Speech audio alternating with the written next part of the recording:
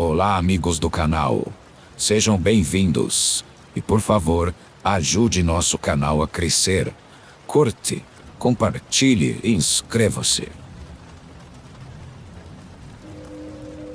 Essa história está fresca na minha mente, já que aconteceu literalmente na semana passada.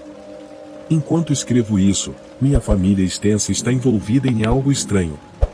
Não vou entrar em muitos detalhes, mas basicamente todos são obcecados por armas, caçadores ávidos ou ambos. A maioria das famílias tira férias no verão, mas a minha tende a viajar no inverno.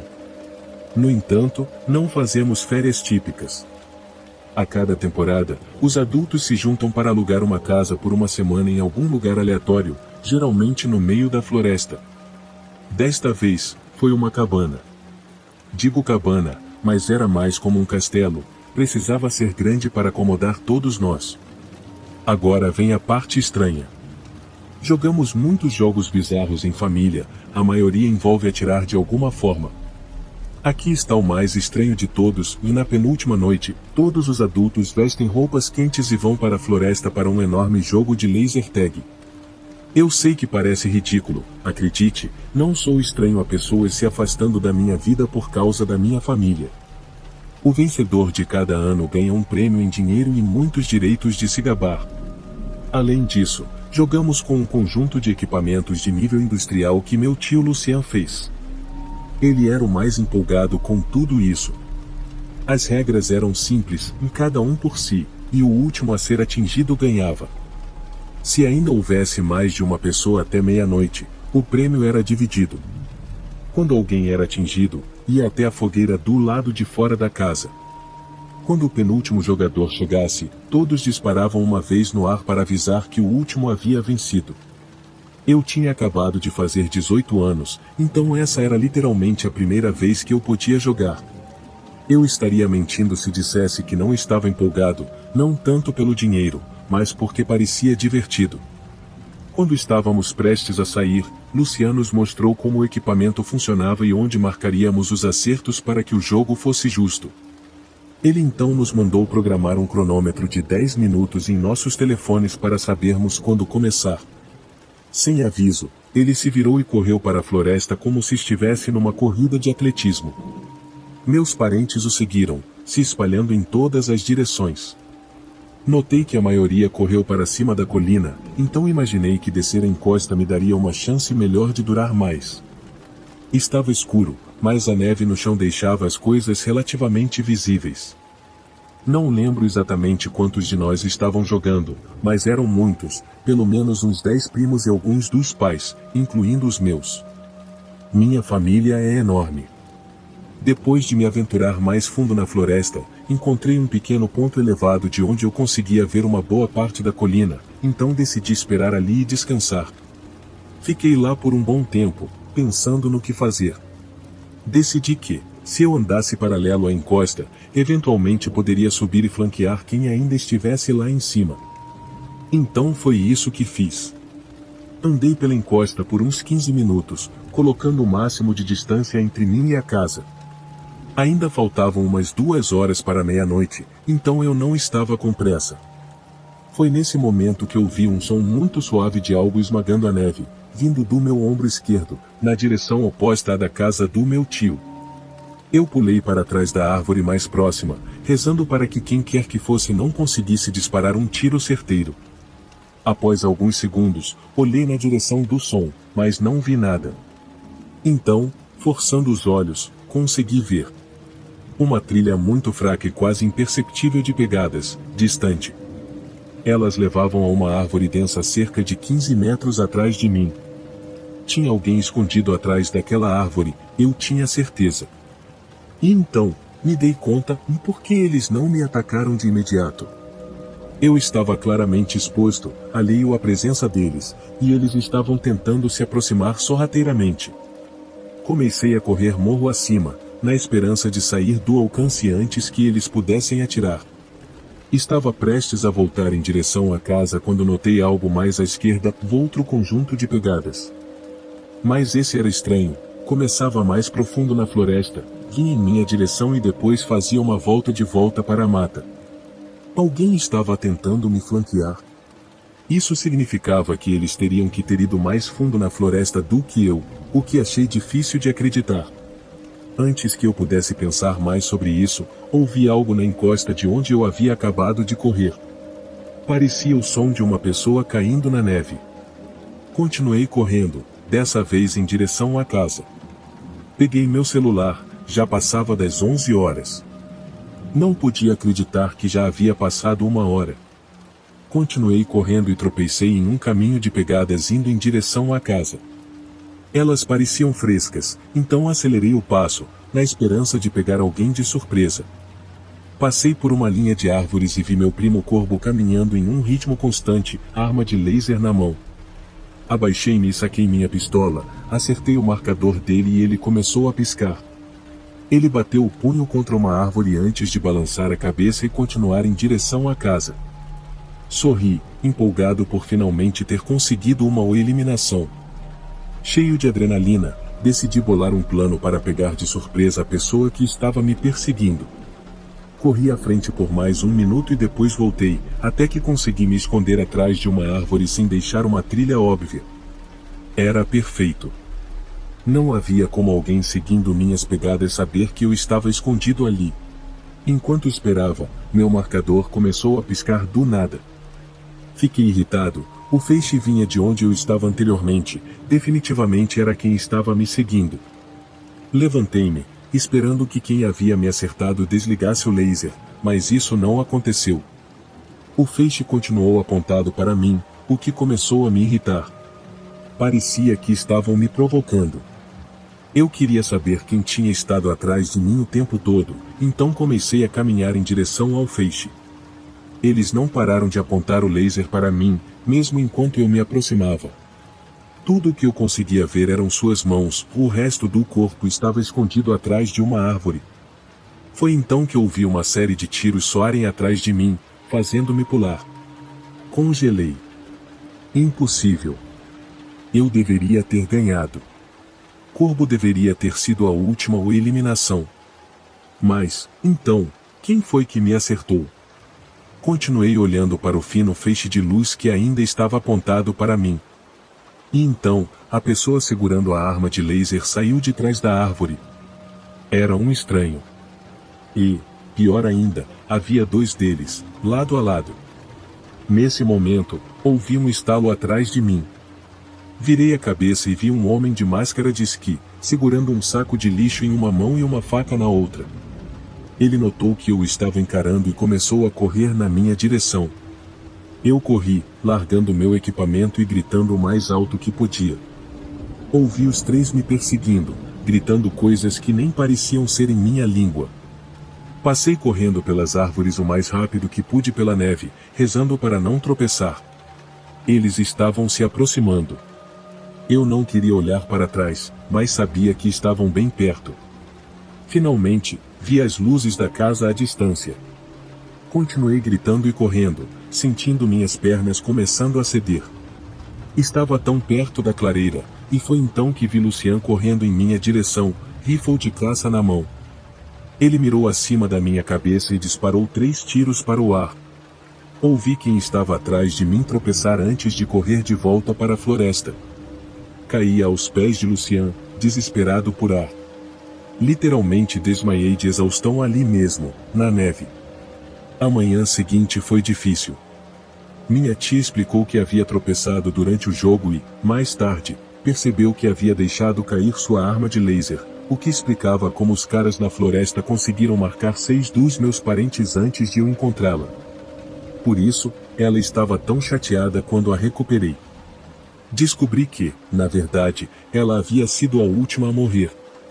Lucian e meu pai correram para a floresta com suas armas, mas não encontraram nada. Eles tentaram seguir as pegadas, mas havia tantos caminhos que se ramificavam e terminavam em becos sem saída, que acabaram desistindo.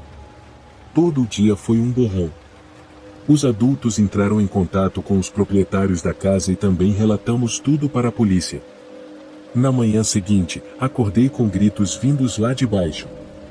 Lucian estava perdendo a cabeça, gritando em direção à floresta, com toda a força dos seus pulmões.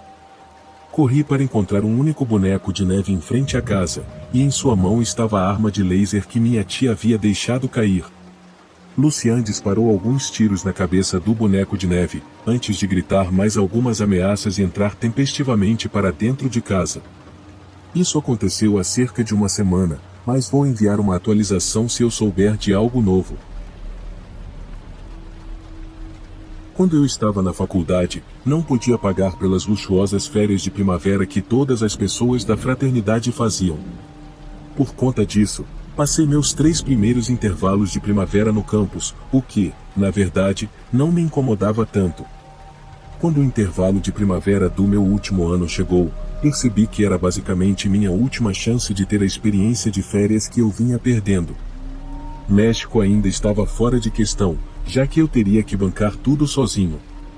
Eventualmente, minha namorada encontrou um lugar com um preço razoável, que parecia bem interessante. Pensamos em transformá-lo em uma viagem de casal, então convidamos a melhor amiga dela, e o namorado de Letícia, Carlos. Estávamos todos super animados, já que nunca tínhamos viajado juntos antes. O lugar que escolhemos não era o típico para férias de primavera. Era localizado em uma área bem isolada e arborizada. Tinha uma banheira de hidromassagem e uma lareira à vista, um toca-discos antigo e um telescópio para observar as estrelas do lado de fora.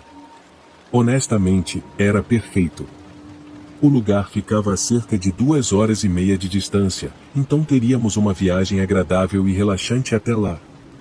Infelizmente, Carlos dirigia um mini carro bem apertado, o que significava que as garotas tinham que se espremer no banco de trás. Ele era, honestamente, muito inseguro em relação ao carro e ficava irritado sempre que fazíamos algum comentário sobre isso.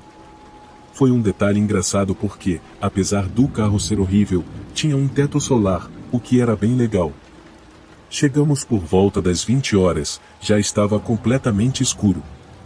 Não vou mentir, o lugar parecia um pouco assustador à noite, com todas as luzes apagadas. Quando digo que era no meio da floresta, quero dizer que as árvores bloqueavam a vista de todas as casas vizinhas, exceto uma. A primeira noite foi bem tranquila. Ficamos perto da lareira, com uma garrafa de vinho, jogando alguns jogos de tabuleiro. Queríamos ir na banheira de hidromassagem, mas Carlos estava reclamando, então não fomos. Ele estava bem rabugento, por algum motivo, mas todos presumimos que havia algo em sua mente. Na noite seguinte, foi melhor. Conseguimos convencer Carlos a se juntar a nós na banheira de hidromassagem para alguns jogos de bebida. A banheira de hidromassagem ficava conectada à parte de trás da casa, mas em um cômodo próprio, com paredes de tela. Estávamos jogando o Eu Nunca, com música alta e nos divertindo bastante. Todos nós já estávamos um pouco bêbados naquele momento, e então, de repente, um clarão de luz iluminou a sala. Se estivesse chovendo, teríamos assumido que era um relâmpago, de tão brilhante que foi. Rapidamente desliguei a música e nós 4 nos olhamos, nervosos para dizer qualquer coisa. Saí silenciosamente da banheira e fui até o deck traseiro. Olhei para a floresta, mas estava escuro demais para ver qualquer coisa. De repente, comecei a ouvir um som de clique vindo da mata. Alguns segundos depois, ouvi outro, de uma direção diferente. E então um som de assobio começou. Os sons continuaram chegando, cliques e assobios vinham de muitas direções para que eu pudesse acompanhar. Gritei para Carlos e as garotas correrem para dentro de casa, e eu os segui. Nós 4 nos amontoamos na sala de estar, sem saber o que fazer. Pensei que talvez fosse uma pegadinha boba ou alguém tentando nos assustar, e por isso não ligamos para a polícia imediatamente. Alguns minutos depois, no entanto, alguém começou a bater na porta da frente. As meninas estavam histéricas, então pedi a Carlos para ligar para a polícia enquanto eu pegava a maior faca da cozinha, pronto para proteger todos, se fosse necessário. Gritei com uma voz firme que eu tinha uma arma, o que, obviamente, era só um blefe. As batidas pararam. Carlos disse que a polícia estava a caminho, mas, no meio do nada, eles poderiam estar a quilômetros de distância. Esperamos em silêncio por alguns minutos, e foi o momento mais tenso da minha vida. Justo quando achamos que o pesadelo tinha acabado, uma das janelas da sala de estar foi estilhaçada. Alguém havia jogado uma pedra enorme através dela. As meninas gritaram, e eu disse a todos para subirem e trancarem a porta. Fiquei lá embaixo, me preparando para uma briga. Por milagre, ninguém tentou entrar pela janela. Eventualmente, corri para inspecionar a janela e notei que havia um pedaço de papel preso à pedra que havia sido jogada. Rabiscadas em tinta preta estavam as palavras: "Vão embora, vocês não deveriam estar aqui." A polícia chegou pouco depois e fez uma busca minuciosa pela propriedade, mas, claro, eles não encontraram nada. Não ficamos esperando para descobrir mais, arrumamos tudo e saímos de lá naquela mesma noite. O dono do lugar acabou nos reembolsando, embora tenha se recusado a falar sobre a situação. Minha namorada acha que há algo que o dono não nos contou, e talvez ela esteja certa. Acho que isso poderia explicar por que o lugar era tão barato. De qualquer forma, não acho que vou tirar férias tão cedo. Comecei a correr à noite há cerca de 1 ano. Mudei para as corridas noturnas porque há menos trânsito de carros e bicicletas para lidar, além de geralmente ser mais fresco à noite, já que não sou fã de correr no calor do dia. Normalmente, fico nas ruas bem iluminadas ao redor do meu bairro, mas uma noite decidi explorar uma nova rota em uma parte menos familiar da cidade. Era uma noite linda e eu já tinha completado minhas habituais 5 quilômetros, então me senti bem e continuei.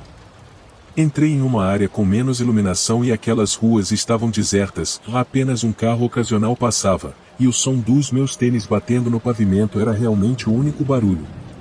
Virei em uma esquina para uma rua que nunca tinha percorrido antes.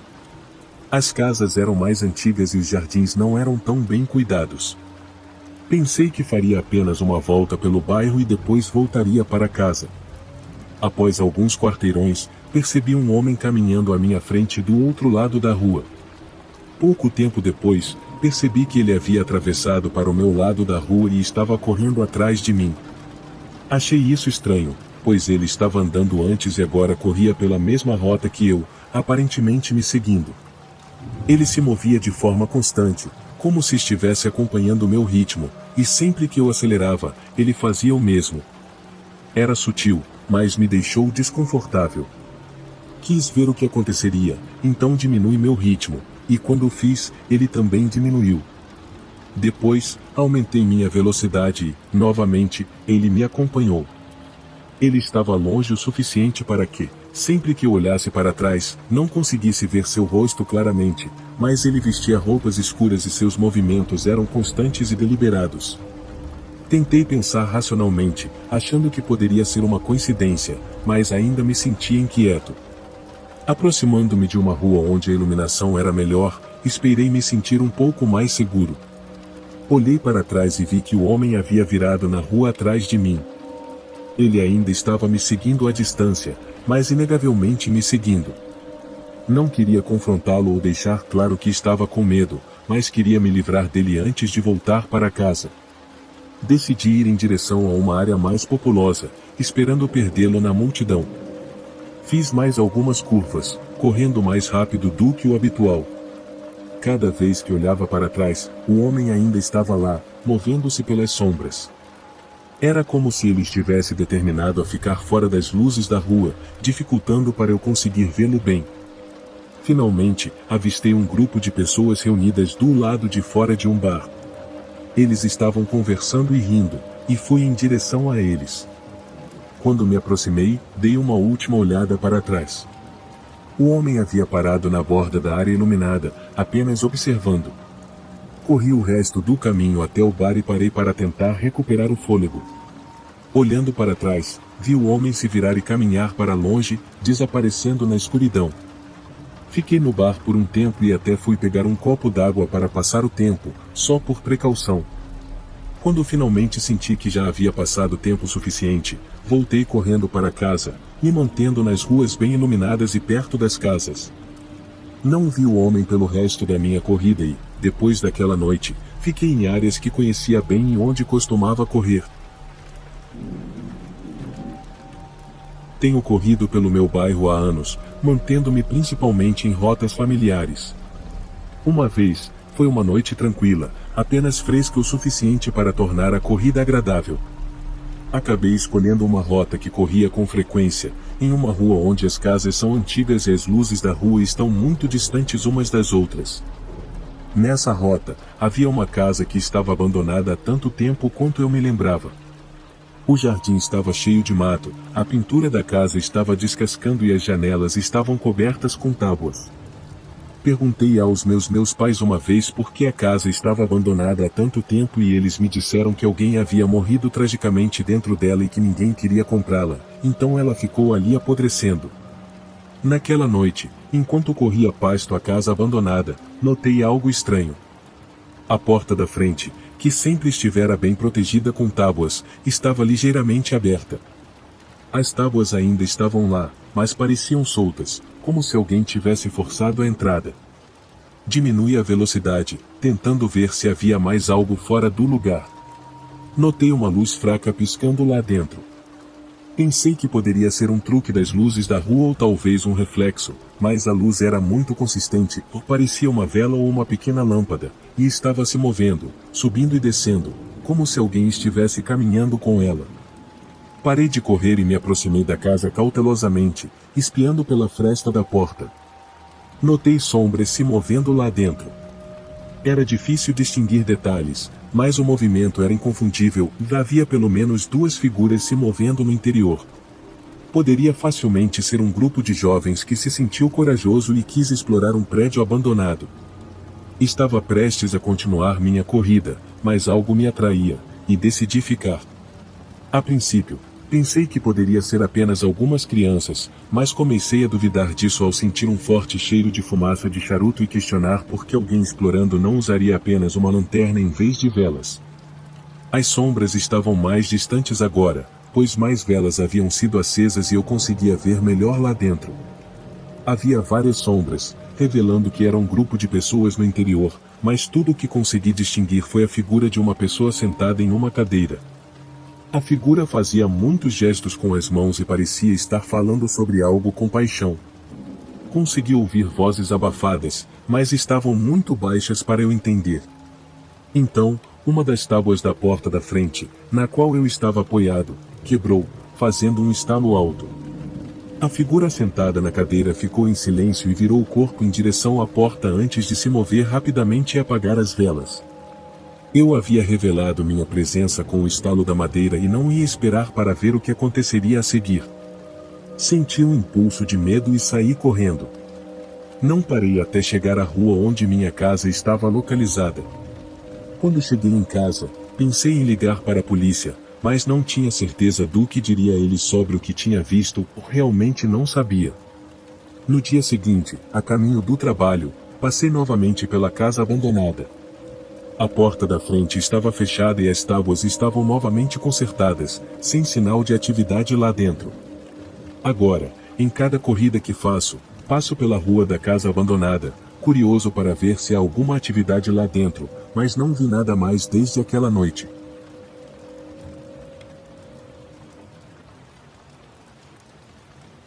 Eu trabalho em uma das maiores fábricas de queijo há 5 anos. Essa fábrica de queijos funciona 24 horas por dia, 365 dias por ano, e eu trabalho no turno da noite no departamento de peças. Às vezes, o ritmo é bem lento. Temos um grande armazém separado, a cerca de 30 metros da fábrica de queijos, onde guardamos os itens grandes, como motores, bombas, cilindros, etc. Normalmente, deixamos as portas do armazém destrancadas, pois praticamente ninguém entra lá, exceto nós, que somos do departamento de peças. Nosso armazém tem luzes de LED que acendem quando detectam movimento. Há cerca de 35 luzes espalhadas por todo o armazém, e elas desligam automaticamente após 10 minutos sem movimento. Uma noite, estava chuvosa e fria, e o turno estava tranquilo na maior parte do tempo. Era por volta de 1 da manhã quando precisei ir ao armazém pegar um motor na prateleira com a empilhadeira. Ao entrar no armazém, notei que a luz de movimento LED no canto dos fundos estava acesa. Esse canto estava a cerca de 15 metros de distância de mim, e nenhuma das outras luzes estava acesa, exceto essa. Achei estranho, mas não dei muita importância e comecei a tirar o motor da prateleira. Assim que coloquei o motor no palete, ouvi passos vindos daquele canto onde a luz estava acesa. Chamei, tem alguém aí, mas não obtive resposta. Pensei que talvez estivesse apenas imaginando coisas. Saí do armazém com a empilhadeira e levei o motor para os caras da manutenção. Fiquei conversando com eles por cerca de 30 minutos e também fiz uma pausa para fumar. Por volta das 2 da manhã, voltei ao armazém para fechar a porta da garagem que havia deixado aberta. Quando me aproximei da porta, olhei para o canto dos fundos do armazém e vi que a luz LED estava apagada. Fechei a porta e estava voltando para a porta principal quando, de repente, ouvi novamente passos e vi a luz do canto acender, seguida por uma fileira de luzes acendendo, como se alguém estivesse caminhando em minha direção. Enquanto as luzes se acendiam, vi um homem vestido todo de preto emergir da escuridão. Ele tinha tatuagens por todo o rosto e olhou diretamente nos meus olhos. Gaguejei algumas palavras, perguntando: quem é você? Ele me encarou sem dizer nada. Tenho 1,88 metros de altura, então sabia que poderia enfrentar o cara caso ele tentasse me atacar. Disse a ele que não deveria estar ali, mas ele continuou me encarando com um olhar sinistro. Chamei a segurança pelo rádio e informei que havia uma pessoa não autorizada no armazém. Quando ele ouviu que eu havia chamado a segurança, puxou uma faca do bolso, e eu dei alguns passos para trás, olhando para a faca. O homem ficou parado, sem se mover. Logo, ouvimos a segurança chegando do lado de fora do armazém, e o homem correu em direção à porta dos fundos enquanto eu fiquei parado. A segurança entrou correndo e perguntou para onde ele foi, e eu disse que ele havia saído pela porta dos fundos. Eles vasculharam o armazém, mas não conseguiram encontrar o homem. Quando o turno acabou, às 6 horas da manhã, contei ao meu supervisor o que havia acontecido, e ele disse que iria verificar as câmeras de segurança para ver por onde o homem havia fugido. As imagens mostraram apenas o homem pulando nossa cerca de arame farpado e entrando no armazém. Desde aquele dia, meu supervisor nos fez trancar as portas do armazém o tempo todo. Fico pensando no que aquele cara poderia ter feito se eu não tivesse chamado a segurança. Eu costumava levar meu cachorro para passear todas as noites após o jantar. Não havia nada de interessante nesses passeios, basicamente eu apenas dava uma volta no quarteirão e voltava para casa. Para dar um pouco de contexto, sou uma mulher no final dos meus 20 anos e moro em um bairro de classe média.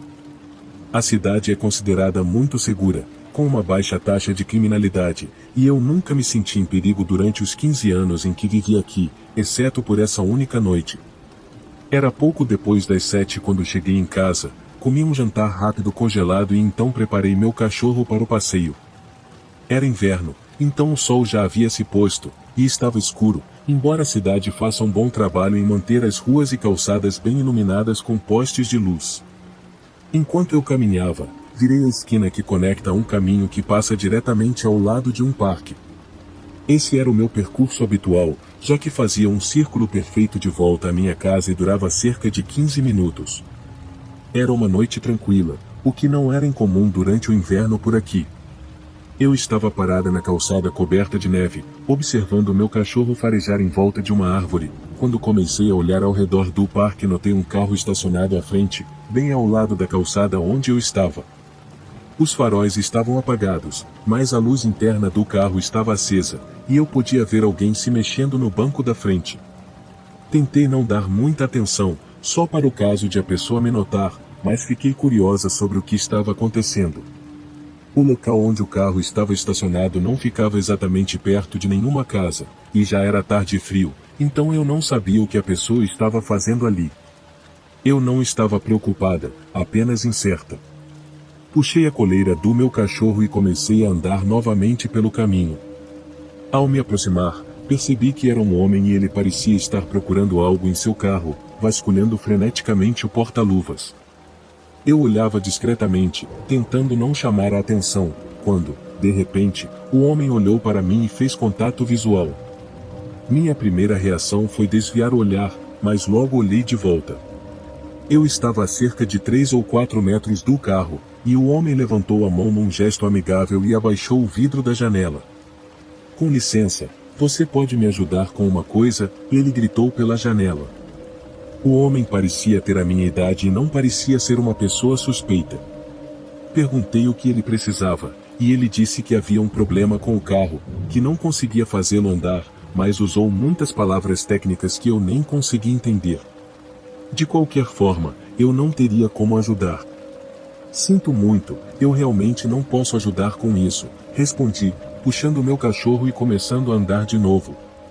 Dei mais alguns passos pelo caminho e, então, ouvi o som suave do vidro subindo novamente, seguido pelo som do carro ligando e, alguns segundos depois, ele saindo. Virei-me e observei o homem dirigir seu carro pequeno pela rua como se não houvesse nenhum problema com o veículo. Aquilo fez meu estômago revirar, e depois de alguns segundos, virei de volta e comecei a andar um pouco mais rápido. Ainda estava a 10 minutos de casa, e minha mente estava a mil, pensando naquele homem e em como foi perturbador vê-lo dirigir normalmente após me pedir ajuda, dizendo que o carro não funcionava. Continuei caminhando por mais 5 minutos até chegar à parte final do caminho, que passa por trás de algumas casas antes de levar à rua de um bairro que me leva até minha casa. Essa parte era mais escura e isolada. Acelerei o passo para tentar sair dali o mais rápido possível, mas no final do caminho, na rua escura do bairro, estava o mesmo carro de antes. Eu conseguia ver apenas a parte da frente do carro, mas o reconheci imediatamente. Parecia que ele estava estacionado de forma a tentar não ser visto. Eu me virei, puxando meu cachorro comigo e começando a correr na direção oposta, voltando pelo caminho de onde viemos. Quando chegamos de volta ao parque, virei em uma rua e peguei um caminho mais longo para casa, que me mantinha perto de outras casas. Felizmente, ele parecia não conseguir me encontrar. Meu coração ainda estava disparado quando cheguei em casa e liguei para a polícia para avisar sobre o homem, mas foi aí que percebi que não anotei a placa do carro. O pior de tudo é que, algumas noites depois, vi o mesmo carro daquele homem estacionado novamente perto do caminho por onde eu andava. Desta vez, no entanto, todas as luzes estavam apagadas. Liguei para a polícia, que veio e revistou o carro, mas não havia ninguém dentro. Ao verificarem a placa, descobriram que o carro era roubado. Ao saber disso, senti um frio na espinha ao lembrar do meu encontro com aquele homem. Vivi toda a minha vida em um lugar onde me sentia tão seguro, e ainda assim, cheguei perigosamente perto de ter algo terrível acontecendo comigo. Muitas vezes me pego pensando no que aquele homem estava procurando desesperadamente no porta-luvas. Não sei o que ele queria, mas nunca quero descobrir. Isso aconteceu no ano passado. Eu estava em casa, tomando banho antes de dormir. Era mais tarde do que eu costumava ficar acordado, mas eu tinha muito trabalho para fazer e não trabalharia no dia seguinte. Estava no chuveiro, relaxando após um longo dia, quando ouvi um clique. Era fraco, mas parecia vir de dentro da casa. Pensei que fosse algum barulho da casa, nada demais, e continuei tomando banho, até ouvir de novo, dessa vez do lado de fora da porta do banheiro. Enxaguei rápido e desliguei o chuveiro. Saí e me vesti, tentando imaginar o que poderia ser aquele barulho. Ao abrir a porta, imediatamente notei que a luz do corredor estava apagada, e eu tinha certeza de que a havia deixado acesa. No começo, pensei que fosse apenas um corte de energia, até que olhei para o interruptor na parede. Ele estava desligado. Olhei rapidamente para os dois lados do corredor, um pouco abalado, e liguei as luzes de volta. Elas funcionaram normalmente. Desci o corredor em direção às escadas e vi que estava completamente escuro lá embaixo também. Um interruptor de luz manual desligando sozinho já é estranho, mas dois me diziam que isso não era coincidência, algo estava acontecendo. Fiquei no topo da escada por um minuto, tentando pensar no que fazer. Eu realmente não sabia o que estava acontecendo, mas alguém invadir minha casa só para desligar as luzes parecia uma brincadeira de mau gosto muito arriscada para alguém fazer comigo. Quanto mais eu ficava parado, mais ansioso e assustado eu ficava. Comecei a descer devagar, e quando cheguei ao meio das escadas, o som extremamente alto da porta dos fundos batendo com força ecoou pela casa silenciosa. Eu pulei de susto e congelei de pânico. Estava com tanto medo que não consegui me mover, e meu coração batia acelerado. Depois de 1 minuto sem mais sons, desci e liguei as luzes. No chão de azulejo, vi pegadas claras de botas, provavelmente de lama e sujeira do lado de fora da casa. Então olhei para o corredor em direção à porta dos fundos e vi que estava fechada, mas mesmo de onde eu estava, dava para ver que não estava trancada. Corri até lá e tranquei, depois verifiquei a porta da frente, que já estava trancada. Eu sabia que mantinha ambas as portas trancadas o tempo todo, especialmente a dos fundos, pois eu nunca usava. Estranhamente, todas as janelas ainda estavam trancadas e intactas, então, quem quer que fosse, deve ter encontrado uma maneira de destrancar a porta dos fundos. Liguei para a polícia o mais rápido que pude, mas, resumindo, eles não foram muito úteis. Verificaram a casa, mas nada estava faltando, pelo menos nada importante que eu notaria imediatamente. Talvez tenha sido só uma brincadeira de mau gosto, mas a pessoa nem ficou por perto para rir da minha reação, então qual seria o ponto? Nos meses seguintes, fiquei em alerta máximo. Qualquer barulho que a casa fazia me dava arrepios, e fiquei paranoico em trancar as portas, verificando-as 4 ou 5 vezes por noite. Até agora, ainda moro na mesma casa, e nada mais aconteceu. No entanto, há 2 meses, acordei e notei que a porta dos fundos estava destrancada novamente. No entanto, nessa época eu já não estava verificando as trancas todas as noites, então imaginei que devia ter esquecido de trancá-la. Não sei, porém, parte de mim acha que foi o invasor de novo. Outra parte de mim pensa que pode ser algo paranormal, mas ainda não tenho certeza. Seja o que for, ainda me dá arrepios, e eu planejo me mudar em breve. Sendo uma pessoa relativamente jovem e tímida, comecei a usar aplicativos de namoro para conhecer mais pessoas e, com sorte, encontrar um relacionamento duradouro. Tenho dificuldade em me expor, especialmente em público, com pessoas que nunca conheci, então aplicativos como o Tinder são ótimos para eu me sentir confortável conversando com alguém antes de encontrá-los pessoalmente. Para referência, sou uma mulher no início dos meus 20 anos e estava usando o Tinder há pouco mais de 1 ano na época. A maioria das minhas interações até então tinham sido tranquilas, geralmente terminando em namoro por alguns meses ou apenas tornando-nos amigos. Todos os términos foram mútuos e sem ressentimentos. De qualquer forma, isso começou alguns meses após o fim do meu último relacionamento. Eu estava conversando com um cara, a quem vou me referir como Pedro, por cerca de 2 semanas no Tinder. Pelas nossas trocas de mensagens, ele parecia ser uma pessoa legal, um pouco tímida, mas uma parte de mim gostava disso, pois eu também era tímida. Eventualmente, ele finalmente me chamou para um encontro, e nos encontramos em um restaurante local naquela semana. Ao conhecê-lo pessoalmente, nada parecia estranho a princípio. Um dos meus maiores medos era que ele não se parecesse em nada com as fotos, mas Pedro não era diferente e era tão calado quanto por mensagem. Nossa conversa durante o jantar foi muito estranha, no entanto. Ele mal falava e ficava olhando ao redor. Eu, que também não sou muito de falar, estava me esforçando bastante para tentar fazer com que ele se abrisse um pouco, mas ele só dava respostas curtas. Em um momento, ele até deixou a mesa, dizendo que havia esquecido algo no carro, e demorou quase 15 minutos para voltar, me deixando sozinha. Então, quando o jantar terminou, gentilmente disse a ele que não sentia uma grande conexão e não queria continuar com o relacionamento. Ele ficou quieto e assentiu, depois caminhou até seu carro. Eu me senti mal, mas era o que tinha que ser. Entrei no meu carro e fui para casa.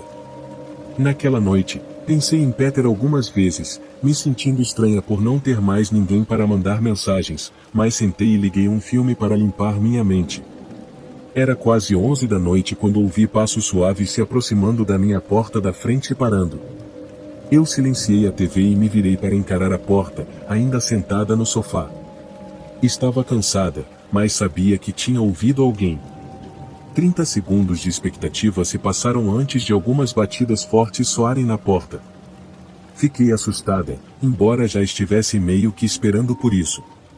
Levantei-me e olhei pelo olho mágico, e, para minha surpresa, Pedro estava lá. Abri a porta um pouco e coloquei a cabeça para fora. Ah, o que você está fazendo aqui, Pedro? Pedro olhou para mim e depois virou-se por um momento, olhando ao redor. Isso me deixou muito desconfortável, então fechei a porta e a tranquei, esperando que ele entendesse o recado e fosse embora. Depois de alguns segundos, ouvi passos indo em direção à garagem e um carro ligando e partindo. Verifiquei pela janela para ter certeza de que ele tinha ido embora, depois voltei para o sofá. Acho que estava cansada demais para perceber, mas foi só depois que me sentei de novo que me dei conta de que nunca havia dado meu endereço para Pedro. Um sentimento muito ruim tomou conta de mim, e voltei a olhar pela janela, apenas para garantir. Eu não me sentia necessariamente em perigo naquele momento, mas estava preocupada que Pedro pudesse ter algo de errado com ele e tivesse se apegado demais a mim. Fui para a cama pouco depois e dormi bem durante a noite. Na manhã seguinte, fiz café e café da manhã e, devido ao clima frio e nevado, fiquei dentro de casa a maior parte do dia. Até eu estar levando o lixo para fora e perceber um conjunto de pegadas ao redor da casa, eu segui o rastro e percebi que elas davam a volta em ambos os lados e iam até o portão do quintal antes de seguir em direção à rua. Eu tentei lembrar dos acontecimentos da noite anterior, mas tinha certeza de que havia ouvido Pedro apenas caminhar até a porta, não ao redor da casa. Essas pegadas deviam ter sido feitas durante a madrugada, enquanto eu dormia. De pé na minha sala de estar, comecei a ficar extremamente desconfortável e nervosa. Sei que pode parecer bobo, mas minha ansiedade social estava me forçando a buscar todas as razões para não chamar a polícia. Naquele momento, porém, sou muito grata que meu pânico superou minha ansiedade e me fez ligar para o 190. Essa decisão provavelmente salvou minha vida. Com o telefone na mão, depois de falar com o atendente, eu olhava para o chão e respirava fundo, tentando manter a calma. Nunca tinha lidado com algo assim, então minha mente não estava preparada para o estresse. Mas enquanto estava ali tentando me acalmar, ouvi passos na neve do lado de fora da janela da sala. Não sei como descrever o que senti, além de um medo completo e paralisante. Os passos pararam do lado de fora da janela, e eu comecei a recuar lentamente, tentando chegar à cozinha. Então, ouvi um leve som de raspagem, provavelmente de uma faca sendo inserida na janela, tentando forçá-la a abrir. Minha reação, infelizmente, foi gritar de terror. Imediatamente, os passos correram ao redor da casa, seguidos pelo som forte do portão sendo arrombado. Peguei a primeira faca que vi na cozinha e corri para o andar de cima. Ao virar a esquina, vi de relance Pedro do lado de fora da porta de vidro dos fundos, tentando forçá-la a abrir. Tranquei-me no banheiro, chorando e segurando a faca da cozinha enquanto ouvia os barulhos violentos de batidas, raspagens e tentativas de arrombar a porta dos fundos. Parecia que um urso estava tentando destruir a porta e entrar.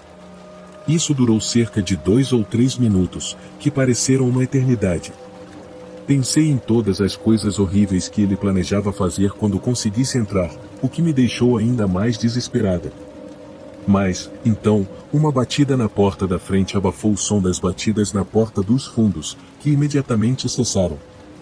Um policial chamou por mim, e eu corri diretamente para a porta da frente. Embora Pedro tenha fugido, a polícia conseguiu encontrá-lo rapidamente, e ele confessou os crimes, embora tenha dado poucas razões para fazê-los. Ele parecia realmente louco e instável. É assustador pensar que isso aconteceu após conhecer alguém que parecia ser normal e amigável. Toda essa experiência me deixou com sérios problemas de confiança, e eu parei de usar aplicativos de namoro. Uma das coisas mais assustadoras foi que a porta dos fundos estava quase completamente destruída, mal se segurando pela tranca.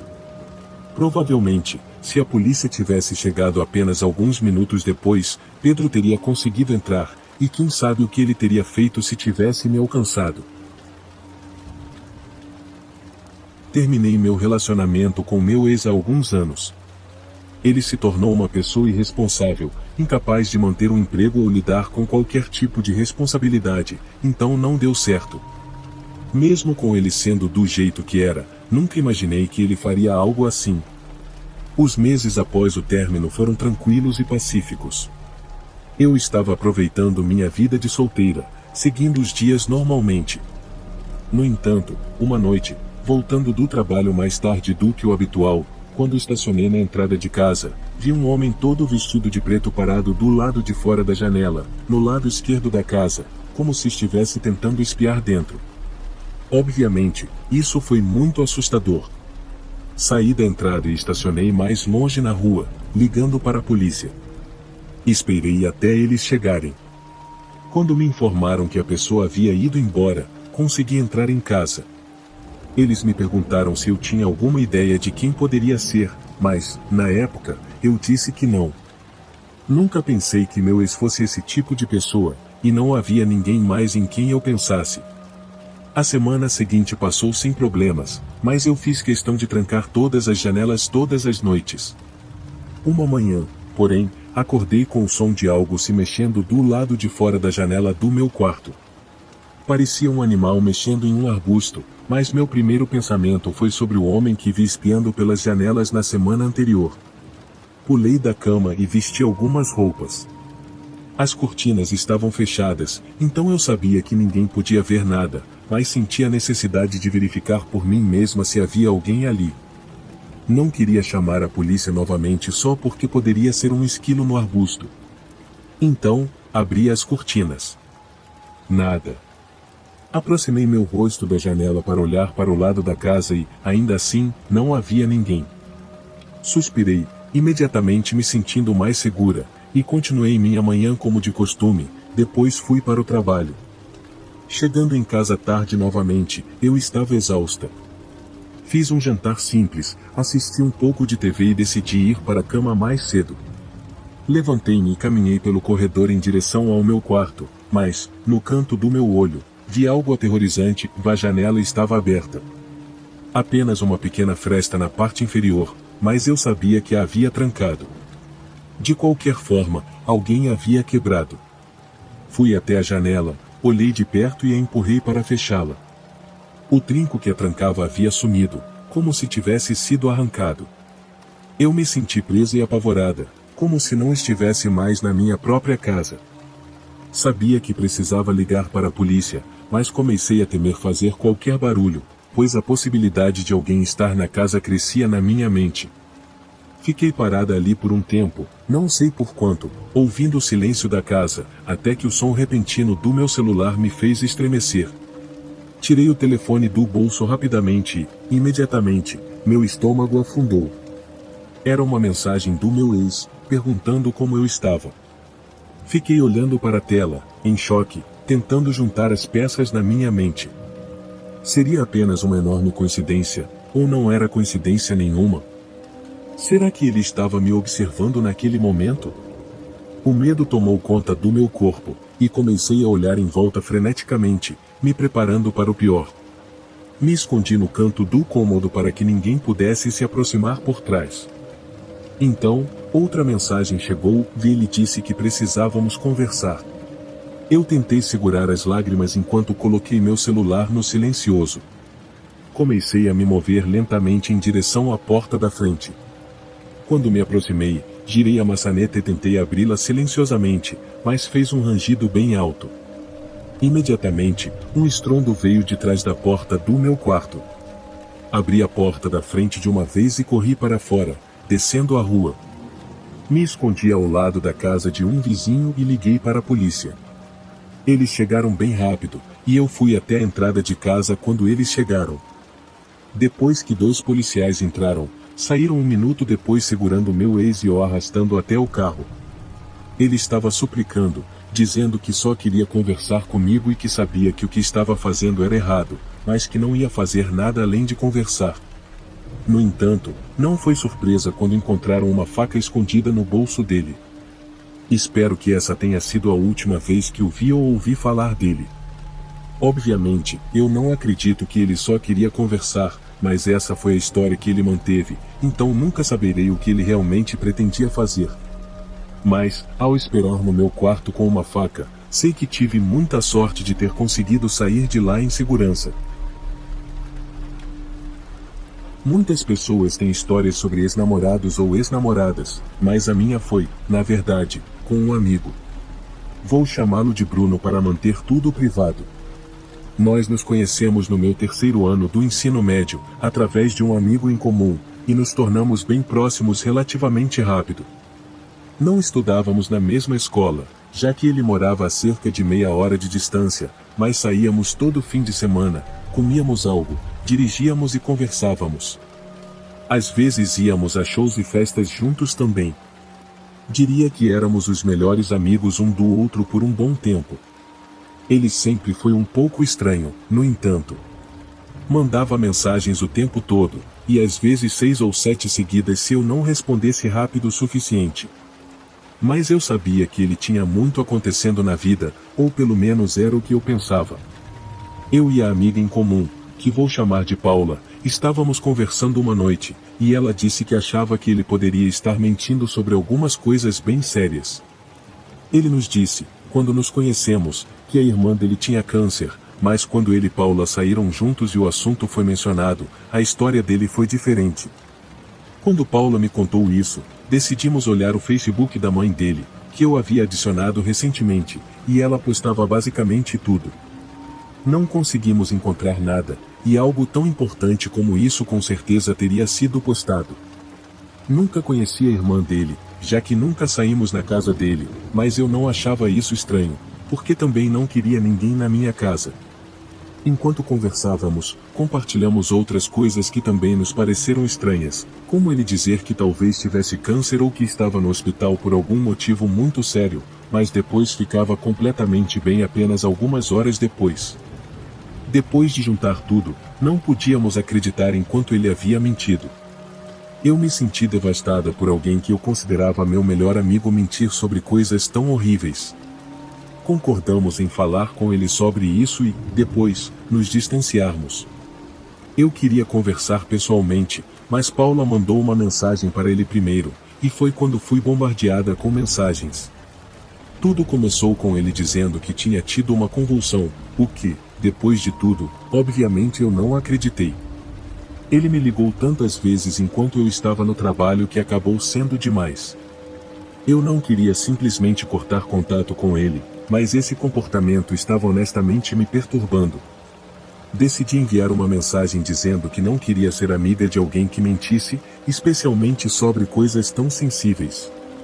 Depois disso, parei de mandar mensagens para ele, mas não o bloqueei. Não sei porquê, mas simplesmente não consegui fazer isso.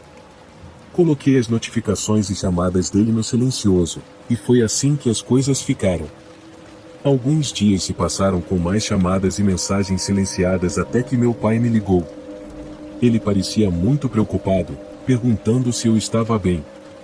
Respondi calmamente que sim, e perguntei o porquê. Ele disse que o Bruno havia ligado e perguntado sobre mim, alegando que algo muito sério havia acontecido comigo. Expliquei tudo ao meu pai e disse para bloquear o número dele e não atender mais as ligações. O mais estranho de tudo é que eu não faço ideia de como ele conseguiu o número do meu pai.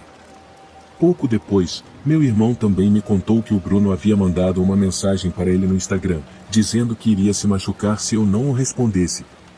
Ele também mandou a mesma mensagem para uma das minhas melhores amigas. Para piorar ainda mais a situação, ele disse que iria tirar a própria vida da mesma maneira que meu irmão mais velho fez, e ele sabia disso. Aquilo foi a gota d'água para mim. Decidi enviar uma última mensagem expressando todos os meus pensamentos e sentimentos, e imediatamente bloqueei o número dele após a mensagem ser entregue. Achei que aquilo fosse o fim, e por meses foi, até que um dia, enquanto eu estava no trabalho, vi ele entrar pela porta da frente.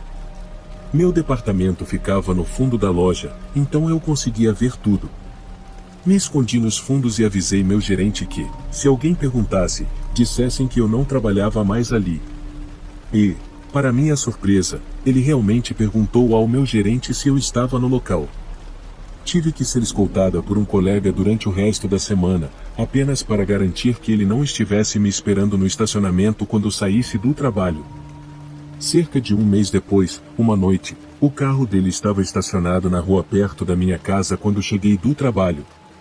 Ninguém mais estava em casa, então fui para a casa de uma amiga por algumas horas para me sentir segura. Eu não achava que ele realmente iria me machucar, mas também não queria falar com ele. Embora eu não acreditasse que ele fosse me ferir, ao mesmo tempo eu sentia que não sabia realmente quem ele era, e isso me assustava. Após esse incidente, liguei para a mãe dele e contei tudo. Disse que não queria mais que ele aparecesse na minha casa ou no meu trabalho, e que não queria envolver a polícia. Eu amava a família dele, o que tornava a situação ainda mais difícil. Até hoje, ele ainda cria contas falsas em redes sociais para tentar falar comigo ou me enviar pedidos de amizade. Isso acontece talvez 2 vezes por ano. Sei que ele não está mentalmente bem e realmente desejo que ele se cure, mas quero compartilhar minha história e alertar as pessoas de que amigos podem ser tão tóxicos quanto qualquer parceiro íntimo. Quando as pessoas mostram quem realmente são, tente não arranjar desculpas para elas. Faça o que é melhor para você e sua saúde mental, e certifique-se de manter sua segurança em primeiro lugar.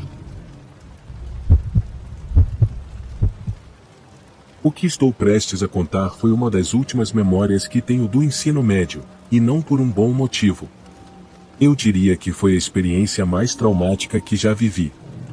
Quando eu estava no ensino médio, não tinha muitos amigos. Os poucos que eu tinha eram meio estranhos, mas, para ser honesto, eu também era. Passávamos muito tempo juntos e gostávamos das mesmas coisas. Havia o Gabriel, o João, o Mateus e eu. Nós 4 éramos inseparáveis naquela época. Parecia que duraríamos para sempre. No entanto, olhando para trás, já era bem claro que eu e o João estávamos começando a nos distanciar do Mateus e do Gabriel. Mas isso não vem ao caso agora. Um verão, Gabriel nos convidou para uma viagem de uma semana. A família dele tinha uma casa de verão em uma das pequenas ilhas do estado. Para ser sincero, a família de Gabriel era extremamente reservada sobre o lugar, e nenhum de nós sabia da existência da casa até ele nos convidar. A família dele era meio estranha em geral, mas isso é história para outra hora. A viagem de carro foi longa e desconfortável. Eu estava com o nariz escorrendo e espirrando o tempo todo, o que claramente estava irritando o pai do Gabriel. Ele era um desses germofóbicos exagerados, e eu me sentia muito desconfortável sempre que ele olhava para mim. Além disso, eu e o Mateus estávamos discutindo por algo bobo, o que acontecia com frequência entre nós.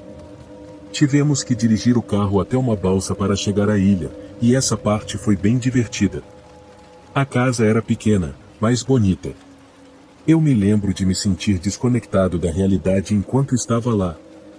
Não sei explicar exatamente, mas parecia que era um mundo totalmente diferente naquela ilha. Até hoje, sinto como se fosse fácil alguém se perder naquela casa, se isso faz algum sentido. A ilha tinha uma sensação meio de sonho, como se todos se conhecessem, e pessoas aleatórias na rua reconheciam o Gabriel e cumprimentavam quando o viam. Passamos a maior parte do tempo andando de bicicleta, uma atividade que, naquela idade, nunca ficava chata. Vou pular as partes entediantes que nem lembro direito. No segundo dia da viagem, eu não consegui encontrar meu boné do Barcelona em lugar nenhum. Fiquei realmente chateado, pois eu era um grande fã de futebol, e esse boné era uma das únicas peças que eu tinha.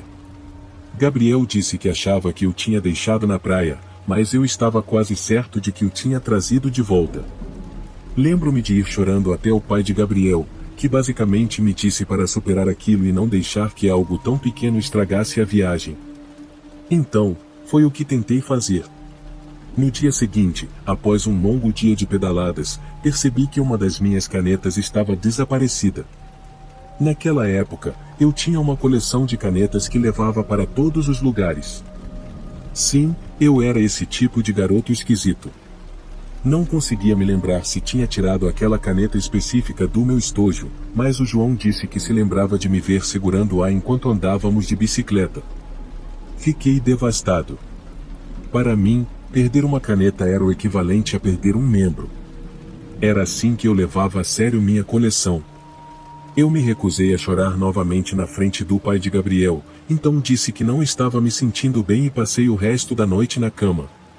Acabei adormecendo bem cedo por causa disso, então acho que não deveria ter me surpreendido quando acordei às 3 da manhã e não consegui voltar a dormir. Enquanto me revirava na cama, tentando dormir de novo, ouvi algo. Fiquei congelado por alguns segundos para confirmar o que estava ouvindo. Alguém estava sussurrando, quase inaudivelmente. Eu tive que me concentrar muito para conseguir ouvir. Estaria eu sonhando? Não tinha como. Tentei ao máximo entender o que estavam dizendo, mas não conseguia captar uma única palavra. Parecia vir da cama do Mateus, que estava no beliche de cima, do outro lado do quarto, mas eu não podia ter certeza. Esperei alguns minutos, mas o sussurro continuava. Por algum motivo, fiquei com medo de dizer qualquer coisa ou de deixar claro que eu estava acordado. Eventualmente, consegui ignorar o sussurro e voltei a dormir. No dia seguinte, tentei esquecer o que aconteceu naquela noite. Estávamos brincando de algum jogo bobo no quintal quando o Mateus disse que precisava usar o banheiro. Ele demorou um bom tempo, mas isso era típico dele, sempre levava uma eternidade para fazer qualquer coisa. Eventualmente, olhei para casa e tive que olhar de novo para uma das janelas do segundo andar. Era o Mateus olhando para nós de forma inexpressiva. Imaginei que ele estivesse no banheiro, mas foi quando me dei conta de que a casa do Gabriel não tinha banheiro no segundo andar.